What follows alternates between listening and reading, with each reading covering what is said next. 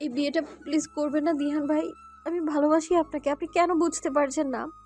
কথাটা বলতে গিয়ে রাত্রির গলা ধরে আসে। তবে দিহান বেজায় বিরক্ত হয়, গমগমে কণ্ঠে শুধায়। এখানে বোঝাবুঝির কিছু নেই রাত্রে। আমাকে প্লিজ আর এসব বলতে এসো না। কেন বলবো না? বলবো। 100 বার বলবো, 1000 বার বলবো, আমি ভালোবাসি আপনাকে। রাত্রি এবার কেঁদেই ফেলে কথাটি বলতে বলতে। সে এতক্ষণ অনেক কষ্টে কান্না আটকে রেখেছিল, কিন্তু আর কতক্ষণ। দিহান কণ্ঠে শত বিরক্তি নিয়ে শোধায়। ওহ প্লিজ রাত্রি, তোমার এই মেলো ড্রামা বন্ধ করো। অন্তত আমার সামনে এসব করতে এসো না। আমি তোমাকে আগেও বলেছি আর এখনো বলছি, আমি তোমাকে ভালোবাসি না। তুমি শুধুই আমার কাছে আমার মামাতো বোন। এর বেশি আমি তোমাকে নিয়ে ভাবি না। আর তুমিও এসব আউল ফাউল চিন্তা মাথা থেকে ছেড়ে ফেলো। দিহানের কথায় তেতে ওঠে রাত্রি। আউল ফল বলবেন না দিহান ভাই। কাউকে ভালোবাসাটা মোটেও কোনো আউল ফল জিনিস নয়। ঠিক আছে, বলবো না। কিন্তু আমার প্রতি তোমার যাই অনুভূতি থাকুক না কেন, সেসব কিছু মাথা থেকে ছেড়ে ফেলো। আর হ্যাঁ, শুনে রাখো, এই বিয়ে ভাঙবে না। বিয়েটা আমি অর্পিতাকেই করবো। দিহান ভাই। আহত দৃষ্টিতে তাকায় রাত্রি দিহানের পানে। এই মানুষটাকে তো সে কম বোঝানোর চেষ্টা করলো না, কিন্তু মানুষটা তার ভালোবাসাটা বুঝলই না। সে আর কি করলে মানুষটা বুঝবে সেটা ভেবে পায় না রাত্রি। তবুও শেষবারের মতো শুধায়। আপনি কি সত্যি বিয়েটা করবেন? দিহান রাত্রির ছোট্ট হৃদয়টাকে খণ্ড বিখণ্ড করে পাষাণের মতো উত্তর দেয়, হ্যাঁ। রাত্রি চোখের পানিটুকু মুছে নেয়, তবুও কথা বলতে গেলে কণ্ঠ রোদ হয়ে আসছে। সে কান্না ভেজা কণ্ঠে বলে। আপনি বুঝবেন দিহান ভাই। আমার ভালোবাসাটাকে একদিন ঠিক বুঝবেন আপনি। তবে সেদিন হয়তো আর আমি থাকবো না। সেদিন আপনার আফসোস করা ছাড়া আর কোনো উপায় থাকবে না। আসি দিহান ভাই। আর কোনোদিনও আপনাকে জ্বালাতে আসবো না আমি। ভালো থাকবেন আপনি। আর নতুন জীবনের জন্য শুভকামনা রইল। রাত্রির দু চোখ আবারও জলে ভরে উঠেছে, কপল বেয়ে হু হু করে তারা কুড়িয়ে পড়তে। রাত্রি সেগুলো আবার মুছে নেয়। রাত্রি দিহানের ঘর থেকে বেরিয়ে আসার জন্য পা বাড়ায়। এদিকে দিহানের মনে চিন্তারা সব হানা দেয় হুড়হুড়িয়ে। মেয়েটা কি বলল? যেদিন সে থাকবে না, এর দ্বারা মেয়েটা কি বুঝতে চাইলো? থাকবে না মানে কি? কোথায় যাবে মেয়েটা? আচমকা দিহানের মাথায় এসে ভর করে খারাপ চিন্তাগুলো। মেয়েটা আবার উল্টোপাল্টা কিছু করে ফেলবে না তো? মেয়েটা যে বয়সের মধ্যে দিয়ে যাচ্ছে, এরকম একটা ঘটনার পর উল্টোপাল্টা কিছু করে ফেলা অস্বাভাবিক কিছু নয়। না না, মেয়েটা যদি এমন কিছু ভেবে থাকে তাহলে মেয়েটাকে থামাতে হবে, বুঝাতে হবে। দিহান রাত্রিকে থামিয়ে দেয়। দাঁড়াও রাত্রি। রাত্রি দাঁড়ায়, পিছু ঘুরে শুধায়। কিছু বলবেন দিহান ভাই? তুমি কোথায় যাবে রাত্রি? জিজ্ঞেস করে দিহান। রাত্রি প্রথমে বুঝতে পারে না দিহান তাকে কি বলতে চাইছে, তবে অল্পক্ষণের মধ্যেই বিষয়টি তার মাথায় খেলে যায়। মুখে অদ্ভুত হাসি ঝুলিয়ে শুধায়। আমি আপনাকে মুক্তি দিয়ে চলে যাব দিহান ভাই। তবে আপনি এ নিয়ে চিন্তা করবেন না। আপনি যেমনটা ভাবছেন আমি ওরকম কিচ্ছু করব না। আমি এমনিতেই চলে যাব। রাত্রির মুখে এখনো সেই হাসি ঝুলে রয়েছে। সে হাসি দেখে দিহান ভয় পায়। মেয়েটা এমন করে হাসছে কেন? এমন অদ্ভুত কথাবার্তা বলছে কেন? রাত্রি ইতিমধ্যেই দিহানের দরজার চৌখাট পেরিয়েছে। সে আরও একবার দৃষ্টি দেয় দিহানের দিকে।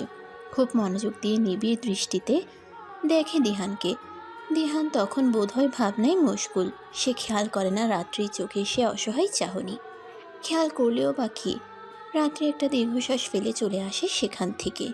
দিহানের তখন ভাবনার ঘোর কাটে। সে মেয়েটাকে বারবার ডাকতে থাকে। রাত্রি শুনে যাও রাত্রি। রাত্রি বাইরে থেকেই দিহানের ডাক শুনে, তবে আর ফিরে যায় না। সেদিনের পর থেকে রাত্রি আর দিহানের ঘরে গেল না, আর না দিহানের সামনে। দিহান যার পরনায় অবাক। যে মেয়ে সারাক্ষণ তার সামনে ঘুরঘুর করত, সে মেয়েকে আজ 15 দিনের মধ্যে চোখেই দেখল না। মেয়েটা সবসময় ঘরেই থাকে। একই বাড়িতে তাদের বাস হলেও রাত্রিকে সে এই কয়টা দিনে একটাবারের জন্যও দেখেনি। রাত্রি সবে এসএসসি পরীক্ষা দিয়ে উঠল, তাই তার স্কুল কলেজ সব বন্ধ।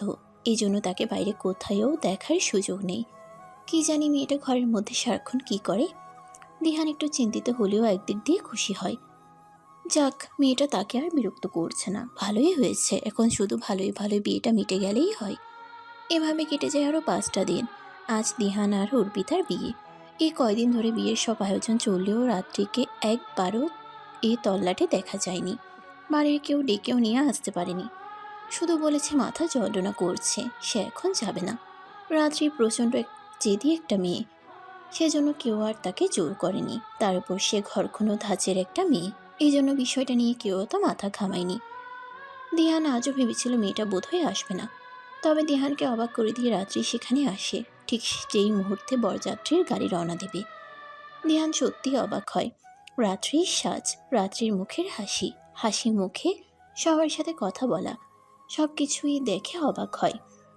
রাত্রি আজ লাল টুকটুকে একখানা শাড়ি পরেছে, হাত ভর্তি লাল কাচের চুড়ি, পাতলা অধর জোড়ায় টুকটুকে লাল লিপস্টিক, টানা টানা চোখে কাজল পরে চোখ দুটো যেন আরও টানা লাগছে। লম্বা কোকড়া চুলগুলো কোমর ছড়িয়ে হাঁটুতে নেমেছে, চুলগুলো খোলা রাখে সমুদ্রের কালো ঢেউয়ের মতো লাগছে। বিয়ের দিনে এমন সাজ খুবই স্বাভাবিক, কিন্তু কেন যেন দিহানের কাছে অস্বাভাবিক মনে হয়। এত সাজলো মেয়েটা, কেন সাজলো? এই সাজ কি তার জন্য? দিহান ভাবে সব কথা। রাত্রির দিকে চেয়ে থাকে প্রগাঢ় চাহনিতে। রাত্রি বোধহয় সেই চাহনি লক্ষ্য করে। দিহানের দিকে তাকিয়ে পাতলা ঠোঁটজোড়া এলিয়ে হাসে, ইশারায় জিজ্ঞেস করে। কি হয়েছে?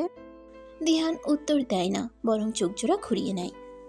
দিহান যে গাড়িতে করে কনের বাড়িতে এসেছিল, রাত্রিও আসলো সেই গাড়িতে। দিহানের পাশাপাশি বসেছিল। রাত্রি আর চোখে বোধহয় শতবার দিহানকে দেখেছে, কিন্তু দিহান সে ছিল নিতান্তই কঠোর। দিহানের মুখভঙ্গি দেখে রাত্রি অন্তত এইটুকু বুঝেছিল দিহান এই মুহূর্তে তাকে পৃথিবীর সব থেকে বিরক্তিকর জিনিস ভাবছে।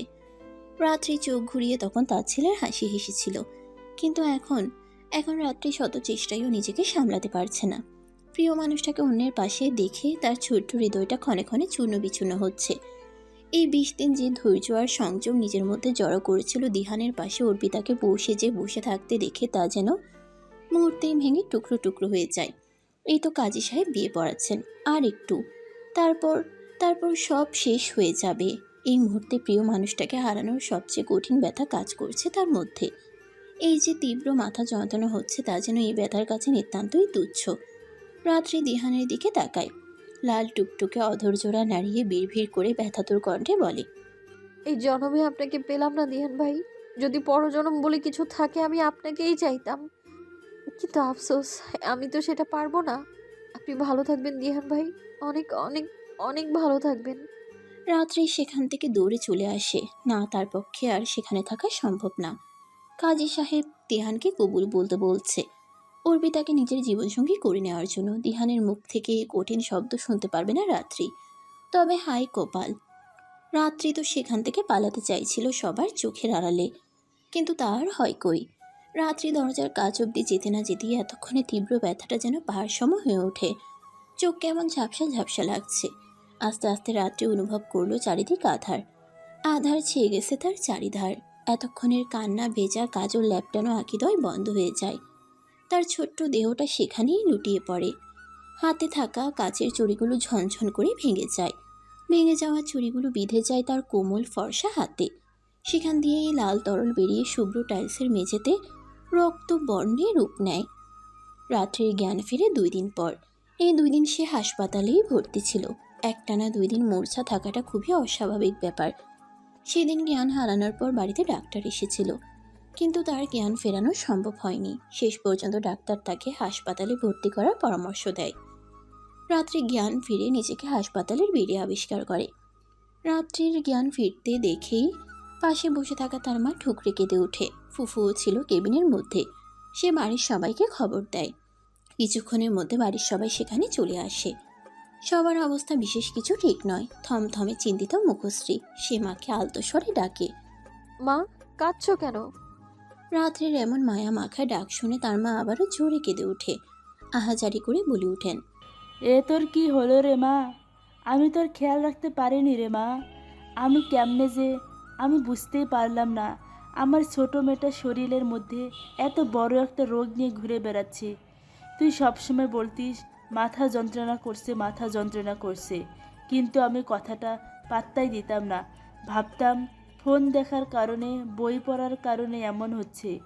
আমি যদি তখন তোর দিকে একটু ভালো করে খেয়াল করতাম, তাহলে তোর আজ এই অবস্থা দেখতে হতো না। হে আমার কি দিন দেখলে হলো রে, আল্লাহ আল্লাহ গো। রাত্রির মায়ের আহাজারিতে চারপাশ ভারী হয়ে ওঠে। সবার একই অবস্থা। বাবার মতো শক্ত মানুষটাও কেমন যেন কান্না লুকানোর প্রচেষ্টায়। সবাই রয়েছে এখানে। মা, বাবা, ভাইয়া, ফুপু, দীপ্তিশা আপু, দাদিমা সবাই রয়েছে। শুধু নেই তার দিহান ভাই। রাত্রি মনে মনে একটা দীর্ঘশ্বাস ফেলে।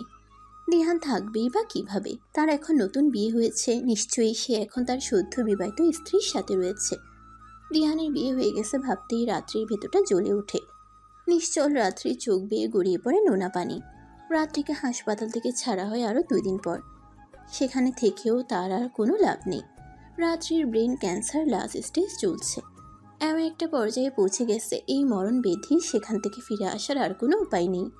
কোনো চিকিৎসাও কাজে আসবে না এই অবস্থায়। তার হাতে আর বেশি সময় নেই। তাই চিকিৎসকরা পরামর্শ দিয়েছে এই কয়টা দিন সময় হাসপাতালের বেডে পড়ে না থেকে যেন পরিবারের সাথে সময় কাটায়। এমন খবর শুনে পুরো তালুকদার পরিবারে নেমে এসেছে শোকের ছায়া। তবে রাত্রির এই নিয়ে মাথা ব্যথা নেই, এই নিয়ে কোনো কষ্টও নেই। সে তো জানতো এরকমই হবে তার সাথে। এই পৃথিবীতে সে আর কিছুদিনের অতিথি মাত্র।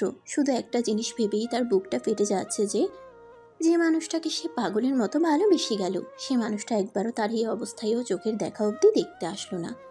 জ্ঞান ফেরার পর থেকে এ কয়টা দিন রাত্রির বেহায়া চোখ দুটো শুধু ওই মানুষটাকে খুঁজে চলেছে।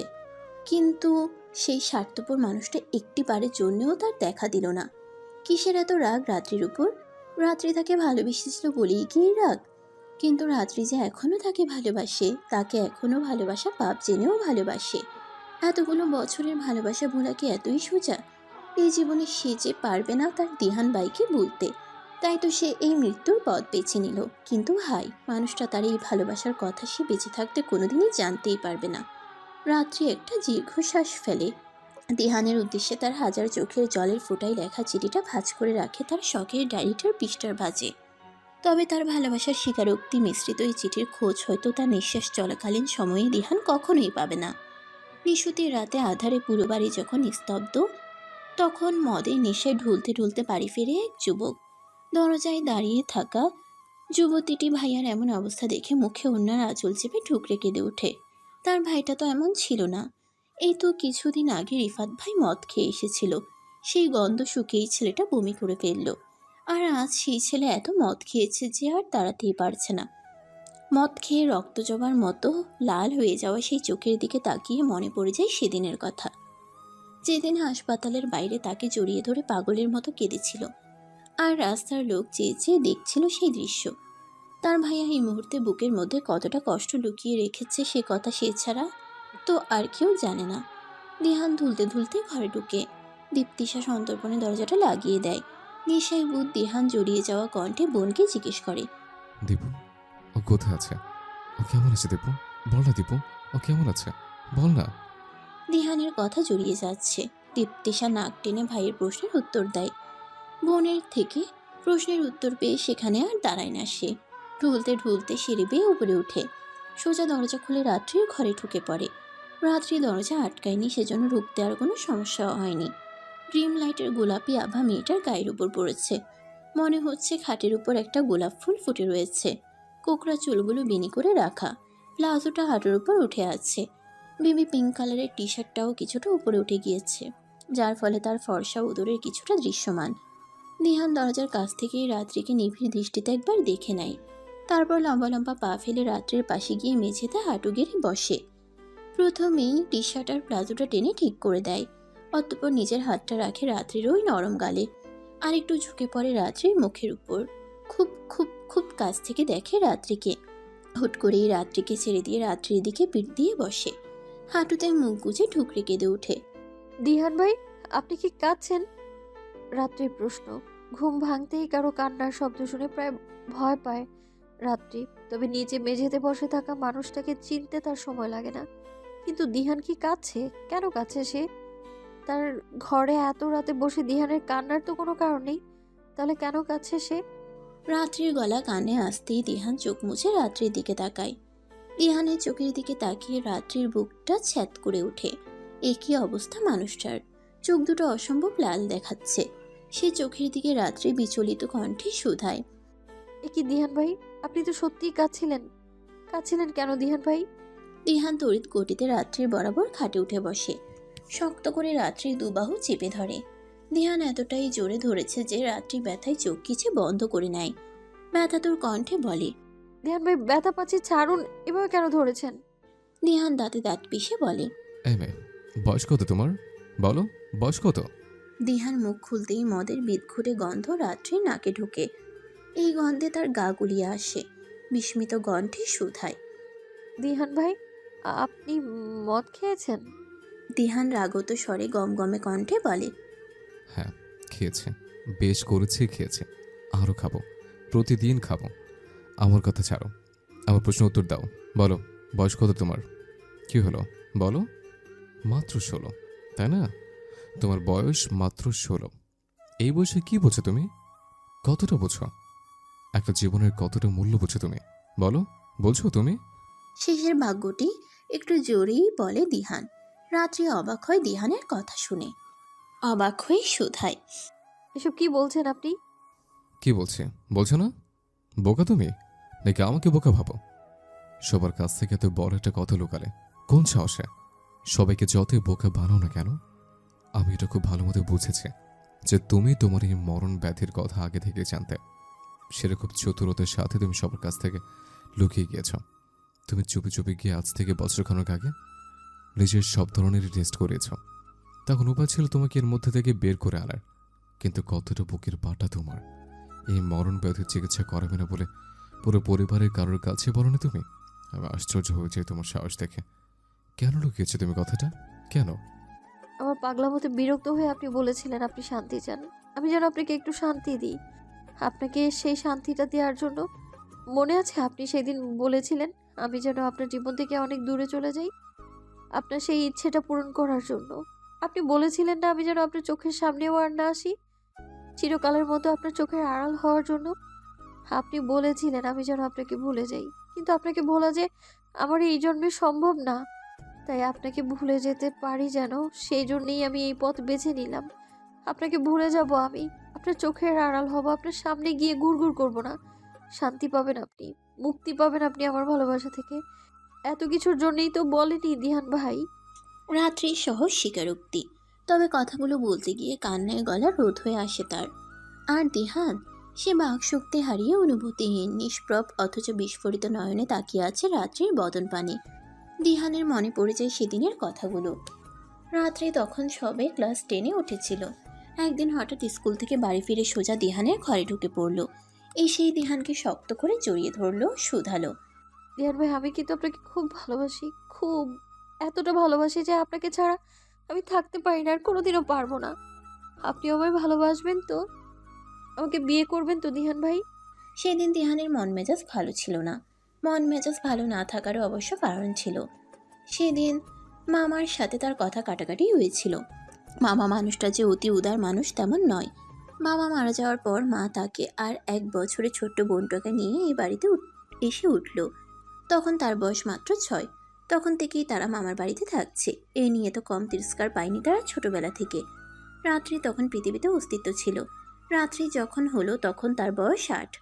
ছোটবেলায় সে আর তার বোন কতটা তিরস্কারের মধ্যে থেকে বড় হয়েছিল সেসব কথা রাত্রির অজানা। রাত্রি ছোট থেকেই দিহানের ভক্ত ছিল। দিহান ভাই করে মুখে ফেনা তুলতো। যখন একটু বড় হলো বলতে শুরু করলো। দিহান ভাই, আমার আপনাকে ভালো লাগে, বড় হলে আমি আপনাকে বিয়ে করব, কেমন? তখন ছোট্ট রাত্রি কথা শুনে হাসতো দিহান। রাত্রির গোলুমলু গাল দুটো টেনে বলতো, আচ্ছা, করো। কিন্তু তখন কি আর দিহান জানতো রাত্রির এই ছেলে মানুষের কথা, যা সে হেসে উড়িয়ে দিত। একসময় এই কথাই মেয়েটাকে জীবনের এই মুমূর্ষু অবস্থায় এনে দাঁড় করাবে। রাত্রি যখন আস্তে আস্তে বড় হলো তার পাগলামি বাড়লো, বলতে লাগলো। দিহান ভাই, আমি আপনাকে ভালোবাসি, আপনিও ভালোবাসুন না আমায়। আপনি কেন ভালোবাসেন না আমায়? দিহান প্রথমে রাত্রির এসব কথায় পাত্তা না দিলেও আস্তে আস্তে বুঝতে পারে মেয়েটা আর ছোট নেই। সে ছেলে মানুষের ছলে এসব কথা আর বলে না। সে খুব ভালো মতোই বুঝলো রাত্রির কিশোরী মনে তার জন্য একটা সফট কর্নার তৈরি হয়েছে। রাত্রির মন কিশোরী অবস্থায় আবেগে পরিপূর্ণ হলেও তখন দিহান পরিপূর্ণ যুবক। তার ভালো মন্দ বিচার করার ক্ষমতা তখন রয়েছে। সে জানে যাদের আশ্রয়ে এতদিন বড় হয়েছে তাদের একমাত্র চোখের মণিকে তারা কখনোই তুলে দেবে না তার হাতে। এই যে বামুন হয়ে চাঁদ ধরার মতো আশা, সে রাত্রিকে তখন থেকে একটু একটু করে ইগনোর করা শুরু করে। তবে এর মধ্যেই অঘটন ঘটে যায় যখন সে উপলব্ধি করে মেয়েটার প্রতি তার মনে সফট কর্নার রয়েছে। মেয়েটার প্রতি সে দুর্বল একটু নয়, অনেক। রাত্রির সব কিছুই তার ভালো লাগতো। এমনকি পুরো রাত্রিটাকেই তার ভালো লাগতো। অন্য কোনো মেয়ের প্রতি যে অনুভূতি আসে না, রাত্রির প্রতি তার মনে সেসব অনুভূতির এসে ভর করে দিবানিশি। দিহান ভরকায়, সেও কি রাত্রির মতো পাগল হলো নাকি? এরকম হলে যে সর্বনাশ হয়ে যাবে। সে নিজেকে বোঝানোর চেষ্টা করে, রাত্রিকে অতিমাত্রায় ইগনোর করা শুরু করে। শেষ অবধি এ বাড়ি ছেড়ে ভার্সিটির হোস্টেলে থাকতে শুরু করে, যাতে করে রাত্রির প্রতি তার মনে কোনো গাঢ় অনুভূতির জন্ম না নেয়। এই জন্যই তো রাত্রির থেকে দূরে থাকা। তবে এতে তার সমস্যা বাড়ে বই কমে না। রাত্রির থেকে দূরে থেকে তাকে ভোলার পরিবর্তে রাত্রির মায়ায় আরও জড়িয়ে পড়ে, খুব জোরালোভাবে জড়িয়ে পড়ে। রাত্রিকে দীর্ঘদিন না দেখে তার মনে হতো কেউ বুকের উপর 1000 টনের পাথর চাপিয়ে দিয়েছে। তীব্র হৃদয় দহন সহ্য করতে না পেরে আবার বাড়ি ফিরে আসে।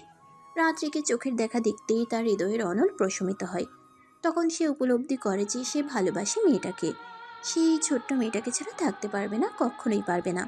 তখন আর সে রাত্রিকে ততটা ইগনোর করে না, আবার রাত্রিকে অতটা সাইও দেয় না। ভাবে অন্তত একটা চাকরি হলে রাত্রির ব্যাপারে মায়ের সাথে কথা বলতে পারবে। ততদিন সব কিছুই যেভাবে চলছে সেভাবেই চলুক। তবে তার আগেই মা যেন কিভাবে ব্যাপারটা বুঝে যায়। সেদিন সকালে দিহান সবে বই নিয়ে পড়তে বসেছিল। মা ঘরে ঢুকেই তাকে টেনে তুলে আচমকা একটা চর বসিয়ে দেয় গালে। দিহান বিস্ময়ে কিং কর্তব্য বিমূঢ়। মা তাকে ছোটবেলায় মারত। যখন বাবা মারা গেল তখন বাবার শোকে পাগল মা তার অল্প দোষেই রেগে যেতেন, রেগে গিয়ে মারত। কিন্তু বড় হওয়ার পর থেকে মা কখনো আর তার গায়ে হাত তোলেনি। এই 24 বছর বয়সে এসে হঠাৎ একদিন তার মা গায়ে হাত তুলবে সে কখনোই ভাবেনি। তবে তার অবাকের মাত্রা ছাড়াই তখন যখন মা রাগত স্বরে শুধায়, তুই রাত্রিকে ভালোবাসিস? দিহান বিস্মিত হতভম্ব কিং কর্তব্য বিমূঢ় হয়ে মায়ের দিকে ফ্যাল করে চেয়ে থাকে। তার বুঝে আসে না মা এই কথা কিভাবে জানলো, মার কানে এই কথা কিভাবে গেল। এই কথা সে তো কাউকে বলেনি, কাউকে না। নিজের অন্তরে সন্তর্পণে গোপন রেখেছিল এই কথা। তবে মা কিভাবে জানলো? কি হলো, এভাবে তাকিয়ে আছিস কেন? বল, কেন ভালোবাসিস ওকে? জানিস না ও কি আর তুই কি? তোদের মধ্যে কতটা পার্থক্য তুই জানিস না? চুপ করে থাকবি না দিহান, উত্তর দে। দিহান সেদিন অস্বীকার করেনি এই কথা। সে মাকে জানিয়েছিল তার ভালোবাসার কথা, তার হৃদয় দহনের কথা। মা সেদিন শুধু হতভম্ব দৃষ্টিতে তার কথা শুনে চলেছিল। রাত্রি যে এবারে রাজকন্যা, তার ভাইয়ের চোখের মণি। অমন মূর্তি প্রতিমার মতো সুন্দর মেয়েটাকে তার ছেলের হাতে কিভাবে দেবে তার ভাই? তার ছেলে যে অনাথ বেকার, অন্যের টাকায় খায় পরে মাখে, তারা তো তার ভাইয়ের দয়ায় বেঁচে আছে। যাদের দয়ায় এতদিন বেঁচে থাকলো তাদের সবচেয়ে মূল্যবান সম্পদটাকে কিভাবে চাইবে সে? চাইলেও কি দেবে? না, কখনোই রাত্রির হাত দেবে না দিহানকে। দিহান মরে গেলেও দেবে না, সেটা তিনি খুব ভালো করেই জানেন। তিনি যখন ছেলেকে বোঝাচ্ছিলেন তখন ঘটে যায় সবচেয়ে বড় অঘটনটা। তিনি দিহানকে বোঝাচ্ছিলেন কিন্তু দিহান ছিল মানতে নারাজ।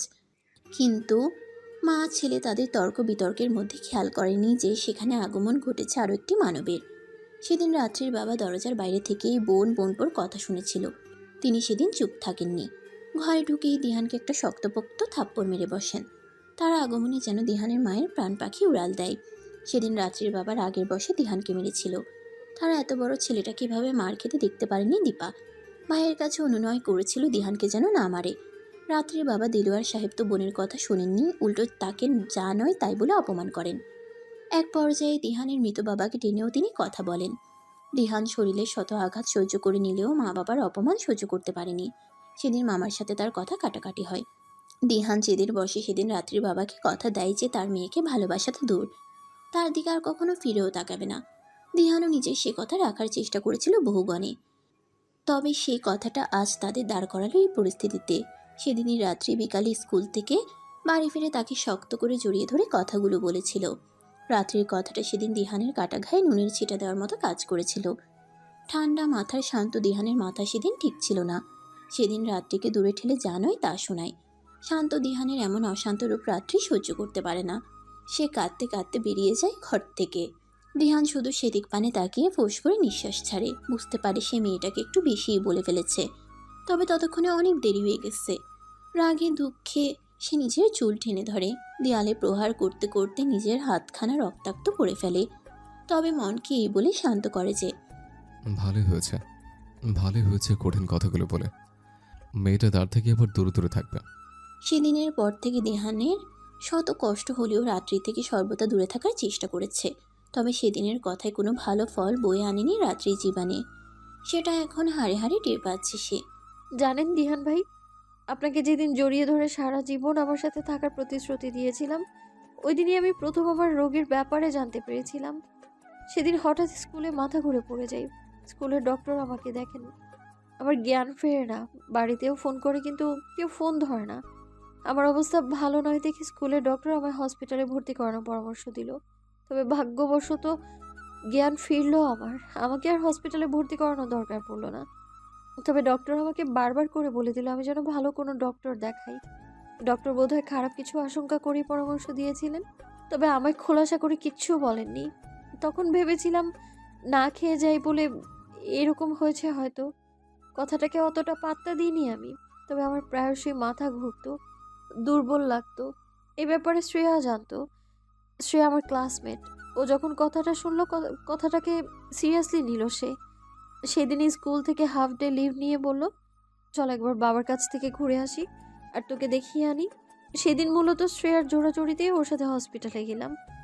ওর বাবা ওই হসপিটালের ডক্টর। ওর বাবা দেখলেন আমায়, কিছু টেস্ট করতে দিলেন আমায়।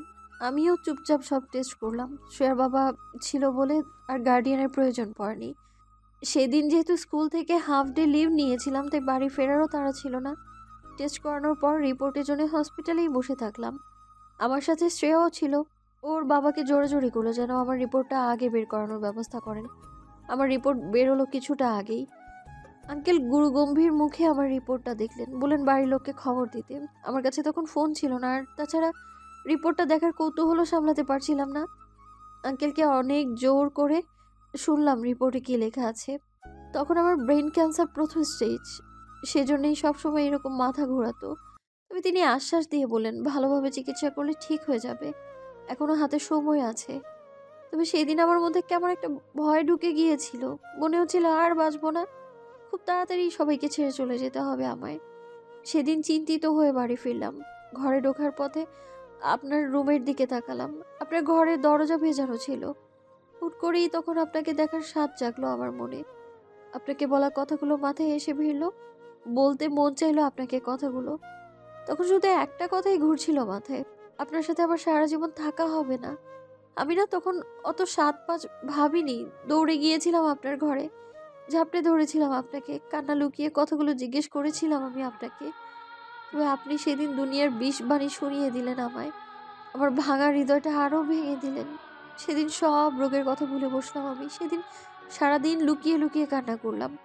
পরদিন বেহায়ের মতো আবার আপনার কাছে গেলাম। আপনি আবার তাড়িয়ে দিলেন। হঠাৎ করে মনে হলো আপনাকে মুক্তি দেওয়ার জন্যই উপরওয়ালা বোধহয় আমার এই মরণ ব্যাধি দিয়েছে আমায়। আমি আর বললাম না বাড়িতে। শ্রেয়া ছাড়া কেউ জানতো না এই রোগের কথা। তবে অল্প কিছুদিনের মধ্যে সেও ট্রান্সফার হয়ে শহর ছাড়লো। তারপর থেকে একাই যেতাম হসপিটালে, চিকিৎসার জন্য নয়, কতদিন বাঁচবো এটা জানতে। প্রথম স্টেজ থেকে দ্বিতীয় স্টেজে যেতে সময় লাগেনি।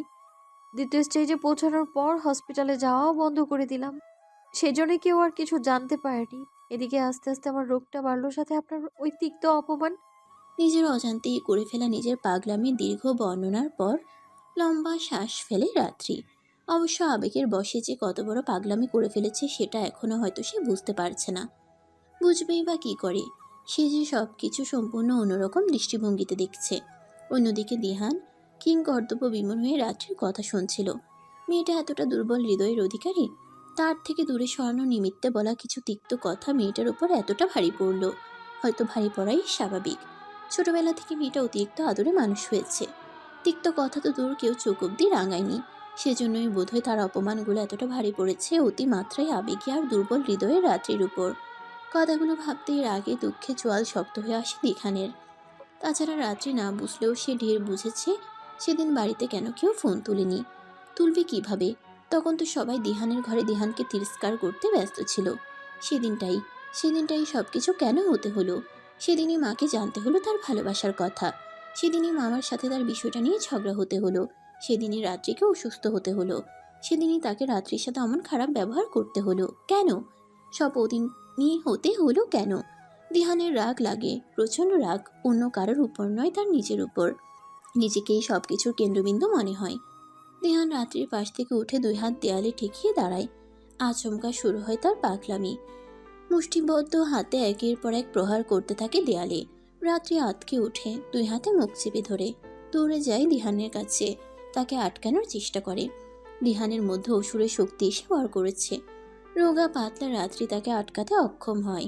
দিহানের হাত ফেটে রক্ত বের হচ্ছে। রাত্রি তা দেখে ভয়ে কেঁদে ফেলে, শব্দ করেই কেঁদে ফেলে। কাঁদতে কাঁদতে অনুনয় করে বলে, থামুন দিহান ভাই, প্লিজ থামুন, এরকম করবেন না, আপনার হাত থেকে রক্ত বের হচ্ছে, থামুন প্লিজ, আমি দেখতে পারছি না। রাত্রির কান্নার শব্দ বোধহয় দিহানের কান অব্দি পৌঁছায়। সে নিজেকে থামায়। দিহানকে নামতে দেখে রাত্রি কাঁদতে কাঁদতে দিহানের বুকে ঝাঁপিয়ে পড়ে। দিহানকে শক্ত করে জড়িয়ে ধরে কাঁদতে থাকে। দিহান ফোঁস করে নিঃশ্বাস ফেলে নিজেকে নিয়ন্ত্রণের চেষ্টা করে। রাত্রিকে দুহাতে আগলে নেয়, চুলের মধ্যে হাত গলিয়ে দিয়ে বলে, এই রাত্রে কাঁদছো কেন? রাত্রি ফুপ্পিয়ে ফুপ্পিয়ে কান্না ভেজা কণ্ঠে বলে, কাছে কেন জানেন না আপনি? আপনি কেন এমন পাগলামো করছেন? তারপর বুক থেকে মাথা তুলে দিহানের রক্ত ভেজা ডান হাতটা টেনে নেয় নিজের হাতের মুঠোয়। আহত দৃষ্টিতে সেদিকে তাকিয়ে নাক টেনে বলে, দেখুন তো কি অবস্থা করলেন হাতের, আর আপনি বলছেন আমি কেন কাঁদছি? আমাকে কেন এত ভালোবাসো রাত্রি? দিহানের প্রশ্নে রাত্রি সচকিত টলমলে চোখে তাকায় দিহানের দিকে। সে ভাবিয়ে কিছুক্ষণ তাকিয়ে থেকে একটু সময় নিয়ে বলে, এই প্রশ্নের উত্তর আমার জানা নেই দিহান ভাই, আমি শুধু এইটুকু জানি আমি আপনাকে খুব ভালোবাসি, খুব। যতটা ভালোবাসলে বিনা দ্বিধায় তার জন্য নিজের জীবনটা ধীরে ধীরে স্বেচ্ছায় শেষ করে দেওয়া যায়, ঠিক ততটাই। তবে আপনি সে কথা কখনো জানতেই পারেননি। তুমি তো জানতে পারো না রাত্রি, আমি তোমাকে ভালোবাসি। সেটা তোমার জন্য আমার ভালোবাসার গভীরতা ঠিক কতটুকু, সেটা আমি তোমাকে ঠিক কতখানি ভালোবাসি তা তুমি কখনো জানতেই পারোনি। যদি জানতে তাহলে 1000 বছর শুধু আমার কাছে থাকতে চাইতে। দিহানের কথা শুনে রাত্রি বিস্ময়ে হতভম্ব। দিহান ভাই কি বলল এক্ষুনি? দিহান ভাই তাকে ভালোবাসে? তাকে? সে কি ঠিক শুনলো, নাকি তার মনের ভ্রম? এ তার স্বপ্ন নয় তো? হয়তো ঘুম ভেঙেই দেখবে সব তার ভ্রম। সে নিজের ভ্রম কাটানোর জন্য কাঁপা কাঁপা কণ্ঠে শুধায়, কি কি কি বললেন দিহান ভাই? আমি তোমাকে ভালোবাসি, আমি তোমাকে ভালোবাসি রাত্রি, শুনেছ? আমি তোমাকে ভালোবাসি, খুব ভালোবাসি। আমাকে ছেড়ে যেও না রাত্রে, আমি সহ্য করতে পারবো না। আমি সেদিনের কথা ফিরে নিচ্ছি রাত্রে, প্লিজ থেকে যাও আমার কাছে, প্লিজ। রাত্রিকে পুনরায় বুকের মধ্যে আগলে নিয়ে দিহানের আকুল কণ্ঠে অনুনয়। দিহানের এই কথা রাত্রির মনে ঝড় তোলে। দিহান ভাই তাকে ভালোবাসে, তার দিহান ভাই তাকে ভালোবাসে। হ্যাঁ, দিহান ভাই বলল তো তাকে ভালোবাসি। রাত্রির হাত পা কাঁপছে, হৃদয় স্পন্দন বাড়ছে, মনে হচ্ছে এক্ষুনি মাথা ঘুরে পড়ে যাবে। এই তো সেই বাক্য যা শোনার জন্য এতদিন অপেক্ষা করছিল। তবে এমন হচ্ছে কেন? দিহানের হাতের মধ্যে আবদ্ধ থেকে রাত্রির মনে হচ্ছে এক্ষুনি পড়ে যাবে। সেই শক্ত অবলম্বনের আশায় দিহানকে আলিঙ্গন করে। তবে অল্পক্ষণেই তার মাথায় খেলে যায় দিহান ভাই এখন বিবাহিত, সে এখন অন্য কারো, তার নয়। মদ খেয়ে মাতাল দিহান ভাই হয়তো নিজেও জানে না সে কি বলছে। ঘরে হয়তো দিহান ভাইয়ের জন্য তার স্ত্রী অপেক্ষা করছে। দিহান ভাই এখন বিবাহিত, সে কথা তো সে ভুলেই বসেছিল। কথাটা মনে পড়তেই এক বুক কষ্ট এসে ভর করে তার মধ্যে। দিহানের ভালোবাসার কথা শুনে শান্ত হৃদয় মুহূর্তেই অশান্ত হয়ে ওঠে। সে দিহানকে দূরে ঠেলে দেয়, নিজের চোখের পানি মুছে কাটখাট কণ্ঠে বলে, আপনি চলে যান দিহান ভাই, আপনি এখন মাতাল, তাই এইসব আবল তাবল বলছেন আপনি। এরকম বলবেন না, আপনার স্ত্রী শুনলে কষ্ট পাবে, তাকে আমার মতো কষ্ট দেবেন না। সে হয়তো আপনার জন্য ঘরে অপেক্ষা করছে, তাই আপনি এখানে আর থাকবেন না, চলে যান আপনি তার কাছে। রাত্রির কথা শুনে দিহানের বুক কাঁপে। কথা বলতে গিয়ে কণ্ঠ রোধ হয়, তবুও জিজ্ঞেস করে, এখন আর ভালোবাসো না আমায়? কিভাবে ভালোবাসবো দিহান ভাই? আপনাকে যে এখনো ভালোবাসা পাপ, তবে এই পাপই আমি করে চলেছি দিনের পর দিন। যত দিন বেঁচে থাকবো ততদিন এই পাপ হয়তো মুক্তি পাবো না আমি এই পাপ থেকে। আপনি এত কাছে আসবেন না দিহান ভাই, আমার পাপের পালা ভারী, বই কিছুই হবে না। আপনার মনে যদি আমার জন্য কোনো অনুভূতি থেকেও থাকে সেটা মুছে ফেলুন। ওই মনে শুধু আপনার স্ত্রীকেই রাখুন, যার সাথে আল্লাহর নামে আপনি বৈধ সম্পর্কে আবদ্ধ হয়েছেন, তাকে করুন আপনার হৃদয়ের একমাত্র অধিকারিণী। আমার রাত্রি। দিহানের বিস্মিত কণ্ঠের প্রশ্ন। হ্যাঁ, আপনি চলে যান প্লিজ। ভুল বলছো রাত্রি, আমার কোনো স্ত্রী নেই। মানে? বিস্মিত কণ্ঠে জিজ্ঞেস করে রাত্রি। সে কি ঠিক শুনল, নাকি দিহান ভাই মাতাল অবস্থায় আরও একখানা অবাস্তব কথা বলছে? কিছুক্ষণ আগের বুকের মধ্যে ধুকপুকানিরা আবার এসে তীব্রভাবে ভর করে তার মধ্যে। তার প্রশ্নের প্রতি উত্তরে দিহানের বলা কথাটি সেই ধুকপুকানি ও শরীরের কাঁপুনি বাড়িয়ে দেয় বহুগুণে। মানে সেদিন আমি বিয়ে করিনি রাত্রি। আমার কোনো স্ত্রী নেই, কেউ নেই, শুধু তুমি আছো। আর আমার হৃদয়ের একমাত্র অধিকারিণী শুধুই তুমি, আর অন্য কেউ নয় রাত্রি। রাত্রি ছাড়া অন্য কোনো মেয়ের সাথে ঘর বাঁধার কথা দিহান কখনো স্বপ্নেও ভাবেনি। রাত্রি থেকে শত দূরে থাকলেও রাত্রিকে ঘিরেই চেয়েছিল তার স্বপ্নের পৃথিবী। স্বপ্নের পৃথিবীর কারণ রাত্রি চেয়েছিল তার স্বপ্নের প্রেয়সী। রাত্রিকে বাস্তবে পাওয়ার ইচ্ছা যে তার অলীক স্বপ্ন ছাড়া কিছুই ছিল না।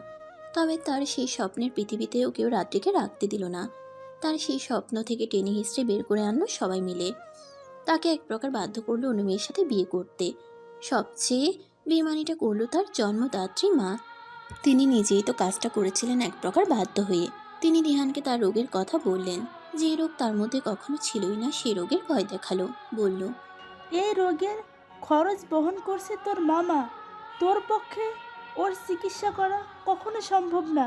তুই আমাকে মরতে দেখতে চাস? তুই এখন এই বিয়ে না করলে তোর মামা চিকিৎসার খরচ বন্ধ করে দিবে। তখন তুই বরং আমার জন্য কবর খুঁড়ে রাখিস। তিনি দিহানকে ভাইয়ের কথায় ইমোশনাল ব্ল্যাকমেল করলেন। দিহান সবে পরীক্ষা দিয়ে উঠেছে, তখনও তার কোনো চাকরি জোটেনি। তার পক্ষে মায়ের রোগের চিকিৎসা করা ছিল অসম্ভব। যতই হোক নিজের জন্য মায়ের মরণ তো আর দেখতে পারবে না। সে না চাইতেই রাজি হলো বিয়েতে। তবে তখন যদি বুঝতো সব মিথ্যে, তাহলে কি আর এই জীবনে অমন কাজ করতে রাজি হতো? এসব কথা সে জানতে পারে তার বিয়ের দিন। সেদিন রাত্রি অজ্ঞান হয়ে পড়ে গেল ঠিক তার কবুল বলার পূর্ব মুহূর্তে। রাত্রির অমন দশা সে সহ্য করতে পারেনি। সেই সবার আগে ছুটে গিয়েছিল সেখানে। রাত্রিকে পাগলের মতো ডাকতে শুরু করলো। রাত্রি চোখ খুলে না। রাত্রিকে পাজা কোলে তুলে নিয়ে ছুটলো হাসপাতালে। বাড়ির সবাই গেল। বিয়েটা আপাতত বন্ধ রাখা হলো। রাত্রির বাবা তাদের ক্ষমা চেয়ে বললেন বিয়েটা যেন কিছুক্ষণ পরে হয়। তারা তার অনুরোধ রাখলেন। তবে বিয়েটা আর হয়নি। রাত্রির জ্ঞান ফিরছিল না। ডাক্তারেরা তার হাজারটা পরীক্ষা করতে দিল। বলল রাত্রির অবস্থা ভালো নয়। পরীক্ষার রিপোর্ট দেখে জানালেন রাত্রির রোগের কথা। এসব শুনে দিহান সবার আড়ালে লুকিয়ে কাঁদছিল। দীপ্তিশা সেখানে গিয়ে শুধালো। ভাইয়া, তুমি এই বিয়েটা করো না। দীপ্তিশার কথা শুনে দিহান অবাক হয়েছিল বটে। সে কিছু জিজ্ঞেস করার পূর্বেই দীপ্তিশা নিজেই তাকে সবকিছু খুলে বলে। রাত্রির এই দিহানের পিছু পিছু ঘোরা, সারাক্ষণ দিহান ভাই করা, সবকিছুই মামার মনে ভীতির সঞ্চয় করেছিল। তার ভয় সত্যি হয় যখন তিনি রাত্রির ডায়েরিটা পড়েন। ডায়েরির প্রতিটা পাতায় দিহানকে নিয়ে লেখা, তার ভালোবাসার কথা লেখা। তিনি যখন বুঝলেন মেয়ে অন্য পথে চলে গিয়েছে, তবে এই নিয়ে রাত্রিকে তিনি কিছু বলেননি। তিনি রাত্রির মন থেকে দিহানকে মোছার জন্য দিহানের বিয়ের ব্যবস্থা করলেন। গুটি হিসেবে সাজালেন দিহানের মাকে। মাকে বাধ্য করলেন যাতে তার অসুস্থতার কথা বলে যেন দিহানকে বিয়েতে রাজি করায়। মাও তাই করল। এ কথা দীপ্তিশা শুনে নিয়েছিল। তবে তার এই কথা জানতে অনেক দেরি হয়ে গিয়েছিল। দিহানের বিয়ের দিনে সে এসব কথা জেনেছে।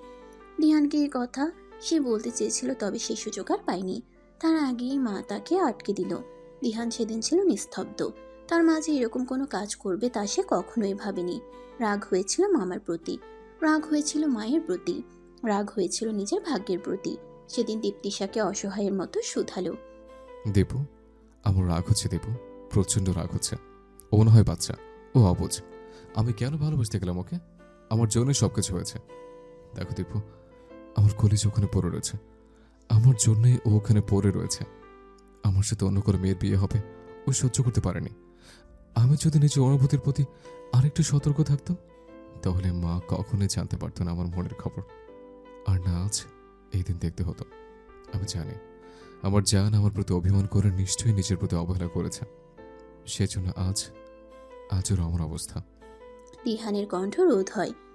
দিহান যখন ঠোঁট চেপে কান্না আটকানোর চেষ্টায় রত, তখন তীব্র অনুশোচনে পড়ে দীপ্তিশা ভাইকে অপরাধী কণ্ঠে শুধায়। চুপ কর ভাইয়া, তোর দেশ নেই। সব দোষ আমার। আমার জন্যই মা জানতে পেরেছে তোর মনের খবর। পারলে আমাকে ক্ষমা করে দিস ভাইয়া, আমাকে ক্ষমা করে দিস। দিহান বিস্মিত ও প্রশ্নাত্মক চাহনিতে তাকিয়ে দীপ্তিশার দিকে। দীপ্তিশা পুনরায় বলে, তোর ফাইনাল এক্সামের আগে জ্বর এসেছিল, মনে আছে? জ্বরের কারণে হোস্টেল থেকে বাড়িতে ফিরে এলি। তখন একদিন মাঝরাতে তোর জ্বর বাড়লো। আমি তখন পানি খেতে উঠেছিলাম। কি মনে করে তোর ঘরে গিয়েছিলাম। গিয়ে দেখি তুই জ্বরে কাঁপছিস। কাউকে আর ডাকিনি, আমি নিজেই তোর সেবা করলাম। তবে সেদিন তোর জ্বরের ঘরে রাত্রিকে নিয়ে প্রলাপ শুনে বুঝেছিলাম তোর মনে রাত্রির জন্য কিছু আছে। তুই বোধহয় সেদিন হাজারবার রাত্রির নাম ধরে ডেকেছিলি। তোর জ্বর তখন 103 ডিগ্রি, কিছুতে কমতে চাইছিল না। আমার তখন কেন জানি বারবার মনে হচ্ছিল রাত্রিকে তোর কাছে এনে দিলে বোধহয় তোর জ্বর কমবে। তবে আমার সে সাহস আরও হয়ে ওঠেনি। তোর জ্বর পড়ল ভোরের দিকে, আমি তখন ঘরে গিয়ে ঘুমালাম। আর পরের দিন পর আমি আমার বান্ধবী ঋতুর সাথে ফোনে কথা বলছিলাম। কথা প্রসঙ্গে তোরা রাত্রির কথাটা বললাম। তখন যে মা আমার ঘরে এসেছিল কে জানতো মা আমার আর ঋতুর কথা শুনে ফেলেছিল। তারপর মা আমাকে জোর করে সব কথা শুনলো। তখন ভাবিনি মা এতটা রিয়াক্ট করবে। মা রাগে কাঁপতে কাঁপতে তোর ঘরে গেলেন। তারপর তুই তো জানিস সব কিছু। দিহান দীপ্তিশাকে দোষ দেয় না। এখানে দীপ্তিশারও কোনো দোষ নেই, তাদের নিয়তিতে যা হবার ছিল তাই হয়েছে। তবে সেদিন দিহান এক কথাই বলে দিয়েছিল সে অন্য কাউকে বিয়ে করবে না। তখন রাত্রির এমন অবস্থা ছিল, কেউ এই নিয়ে বেশি বাড়াবাড়িও করতে পারেনি। দিহান প্রথম থেকে সব খুলে বলে রাত্রিকে। এতদিন যার ভালোর জন্য সবাই এত কিছু করলো, সে যে গোপনে নিজেই নিজের ক্ষতি করছিল কে জানতো। আজ সেই মেয়ে ধ্বংসের প্রান্তে, তার কাছে এসব লুকোচুরি আর মানায় না। রাত্রি এতক্ষণ মুখ চেপে কান্না আটকানোর চেষ্টা করেছিল। দিহানের কথা শেষ হতেই দিহানের বুকে ঝাঁপিয়ে পড়ে দিহানের শার্ট ভিজায়। কাঁদতে কাঁদতে বলে, সবাই খারাপ দিহান ভাই, সবাই খারাপ। আপনি আমার এইসব কথা আগে কেন বলেননি দিহান ভাই? আপনি যদি একটা বার বলতেন আপনি আমায় ভালোবাসেন তাহলে। রাত্রি বলতে পারে না। কাঁদতে কাঁদতে তার হিচকি উঠে যায়। দিহানও নীরবে অঝোর ধারায় চোখের জল ফেলে। সে কাঁদতে কাঁদতে অপরাধের স্বরে বলে, আমার ভুল হয়েছে সোনা, আমার বড্ড ভুল হয়েছে। আমি যদি জানতাম তোমার এই ছোট্ট মনে আমার জন্য কত অভিমান পুষে রেখেছ, যদি জানতাম এই অভিমানে আস্তে আস্তে কীভাবে শেষ করছো নিজেকে, তাহলে আমার জীবন দিয়ে হলেও তোমার প্রতি অভিমান ভাঙাতাম আমি। আমাকে ছেড়ে তুমি যেও না রাত্রে, প্লিজ যেও না। আমি মরে যাব, আমি মরে যাব। রাত্রি দিহানের বুক থেকে মাথা তুলে দু হাতে দিহানের কোমর জড়িয়ে মাথাটা একটু উঁচু করে ওর চোখের দিকে তাকিয়ে বলে ওঠে, আমাকে যে যেতেই হবে দিহান ভাই, এখন যে বড্ড দেরি হয়ে গেছে। আমি যে তোমাকে বড্ড বেশি ভালোবাসি সে কথা তুমি কখনো জানতে পারোনি। আমি তোমাকে জানতে দিইনি, এখন যখন জানালাম তখন এটাও জেনে রাখো, আমি তোমাকে ছাড়া বোধহয় এই জন্মে থাকতে পারবো না। তোমার আগে আমার মরণ হোক রাত্রে, তোমার মৃত্যু দেখার ক্ষমতা যে আমার নেই। রাত্রি দিহানের মুখ চেপে ধরে অনুনয় করে বলে, দোহাই লাগে আপনার দিহান ভাই, এমনটা বলবেন না। এইসব সহ্য হচ্ছে না আমার, এইসব কথা। দিহান মুখ থেকে রাত্রি হাত সরায়। রাত্রির কোমর পেঁচিয়ে ধরে বলে, আমি মনে প্রাণে চাই তোমার আগে আমার মরণ হোক। আমি আগে যেতে চাই সেখানে, তুমি আগে গেলে যে নিঃসঙ্গতায় ভুগবে সেখানে, তাই আমি আগে যেতে চাই। তারপর যখন তুমি যাবে আমার কাছে, তখন না হয় আমাদের প্রেম হবে, আমাদের প্রেম পূর্ণতা পাবে, পর জন্মে হবে দিবারাত্রির প্রেম। হ্যাঁ দিহান ভাই, দিবারাত্রির প্রেম হবে, দিবারাত্রির প্রেম পূর্ণতা পাবে পরলোকে। তবে আফসোস দিহান ভাই, যদি আগেই জানতে পারতাম আপনার ভালোবাসার কথা, তাহলে আমাদের প্রেম সারা দুনিয়াকে দেখাতে পারতাম। দিহান রাত্রির কথার বিরোধ করে বলে, এই পৃথিবীর মানুষগুলো না বড্ড নিষ্ঠুর, ওদের মতো খারাপ মানুষের অধিকার নেই দিবারাত্রির প্রেম দেখার।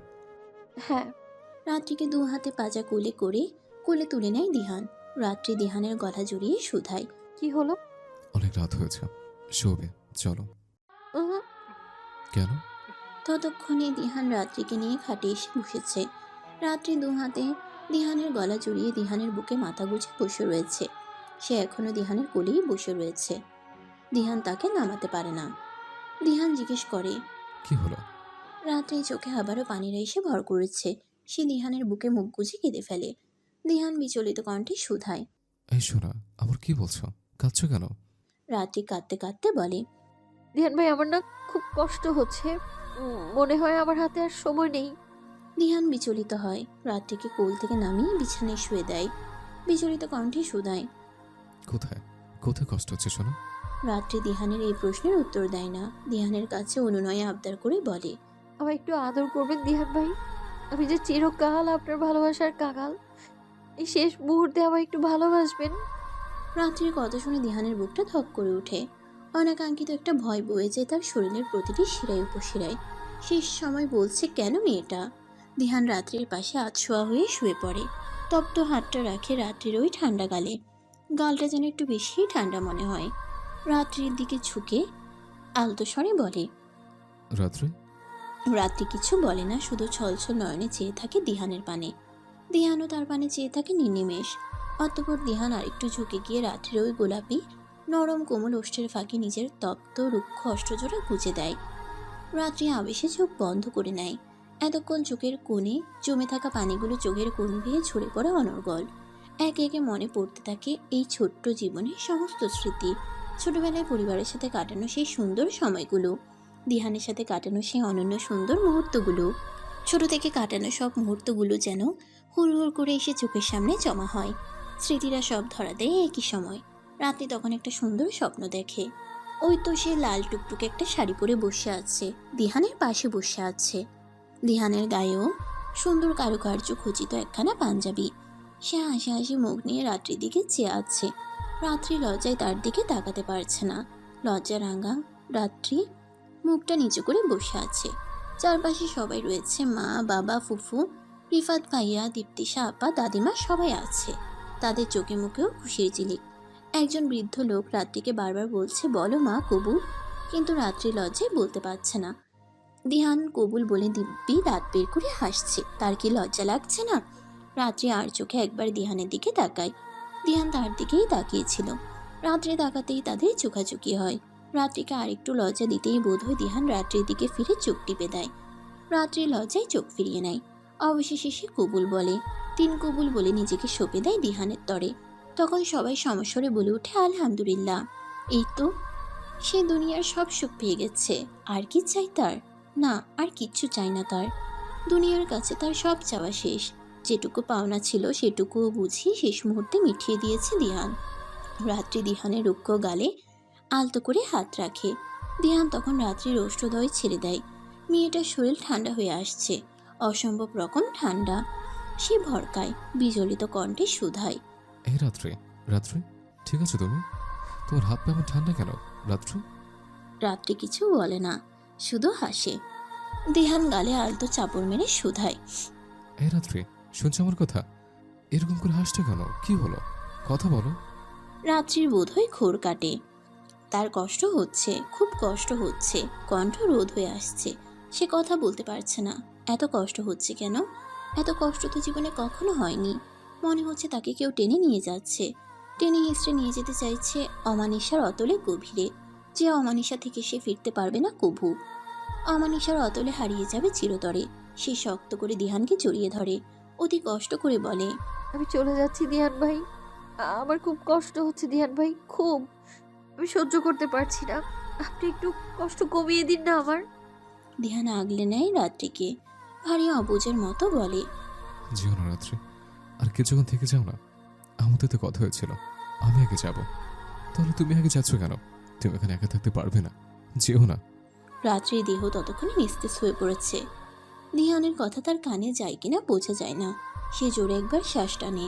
চোখের সামনে সব অন্ধকার হয়ে আসছে, সব। আস্তে আস্তে নিস্তেজ দেহটা আরো নিস্তেজ হয়ে পড়ে, তলিয়ে যায় অন্ধকারের অতলে, যে আধার থেকে আর কখনো দেখতে পারবে না এই দীপ্তি। দিহান বোঝে না, সে রাত্রির নিথর দেহটাকে জড়িয়ে ধরেই রাত্রিকে ডাকতে থাকে। রাত্রির কোনো সাড়া না পেয়ে নিজের বুকের সন্তর্পণে আগলে রাখা রাত্রির মাথাটা তোলে। রাত্রির চোখ বন্ধ, ঠোঁটের কোণে যেন হাসি ঝুলে রয়েছে। দিহান সেভাবেই নীরবে তাকিয়ে থাকে রাত্রির নিথর দেহটার দিকে। রাত্রির বরফ ঠান্ডা গালে হাত রেখে শুধায়, তুমি চলে গেলে রাত্রি, বললাম আমি একা যাব, কিন্তু আমার কথা তো শুনলেই না। ওখানে একা থাকতে তোমার কষ্ট হবে না? হবে তো। তোমার তো ওখানে একা থাকতে খুব কষ্ট হবে। না, আমি তোমাকে কষ্ট পেতে দেব না। আমি তোমাকে অনেক কষ্ট দিয়েছি, আর কষ্ট পেতে দেব না। দিহান কাঁদে না, বরং করে বসে এক ভয়ঙ্কর পাগলামি। সে চোখের জলটুকু মুছে প্যান্টের পকেট হাতড়িয়ে বের করে আনে ছোট্ট শিশিটা। তাতে গোটা গোটা ইংরেজি অক্ষরে লেখা পয়জন। শিশিটার মুখ খুলেই সময় বিলম্বিত না করে গালে ঢেলে দেয়। নিমিষেই শিশিটা খালি হয়ে যায়। তাতে থাকা তরলটুকু জায়গা করে নেয় উদরে। শিশিটা সে আজই কিনেছিল। মোড়ের দোকানে যখন বসেছিল তখন একজন ইঁদুর মারা বিষ কিনতে এসেছিল। কি মনে করে সেও বস্তুটা নিল, ভাগ্যিস নিয়েছিল, নয়তো রাত্রির কাছে যেতে যে দেরি হয়ে যেত তার।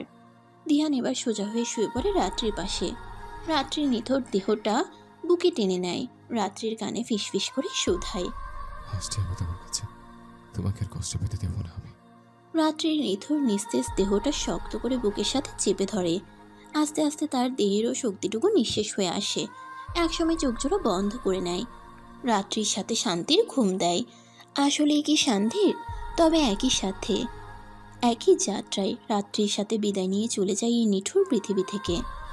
বাইরে বাতাস বইছে শাসা গতিতে, বোধহয় ঝড় উঠবে। তীব্র বাতাসে জানালার পর্দাগুলো উড়ছে অহর্নিশ। জানালার পাশে রাখা রাত্রির পড়ার টেবিলে তার ব্যক্তিগত আতখোলা ডায়েরিটি পড়ে রয়েছে। আজও যথারীতি রাত্রি তার অনুভূতিগুলোকে ডায়েরির পাতা বদ্ধ করতে বসেছিল, তবে ভুলবশত সেটা খোলাই রয়েছে। বাতাসের প্রতাপে তার পৃষ্ঠাগুলো উঠতে চাইছে, তবে উঠতে পারছে না। খুলে রাখা পৃষ্ঠাটার মাঝ বরাবর চাপা দেওয়া রয়েছে সিলভার কালারের একখানা হাতঘড়ি। ঘড়িটা রাত্রি দিহানের জন্মদিন উপলক্ষে কিনেছিল, তবে আর দেওয়া হয়ে ওঠেনি। ওটা নিয়ে প্রতিদিন নাড়াচাড়া করতো রাত্রি, সময় ও সুযোগ খুঁজত দেওয়ার। তবে জীবন তাকে না দিয়েছে সেটা দেওয়ার সময়, আর না দিহানকে দিয়েছে সেটা নেওয়ার সময়। সেটা এখন চরম হেলায় পড়ে আছে রাত্রির অনুভূতি মিশ্রিত ওই ডায়েরির পাতায়।